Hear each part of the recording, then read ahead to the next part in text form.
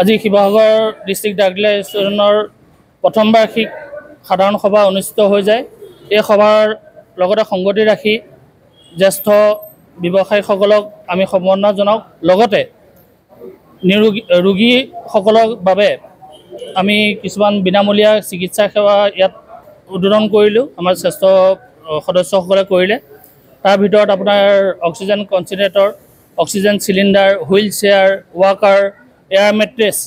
কাৰণ ইয়াত বিগত বৰ্ষত সময়ছোৱাত দেখা গৈছে যে অক্সিজেন এটাৰ কাৰণে বহুত প্ৰব্লেম হৈ যায়।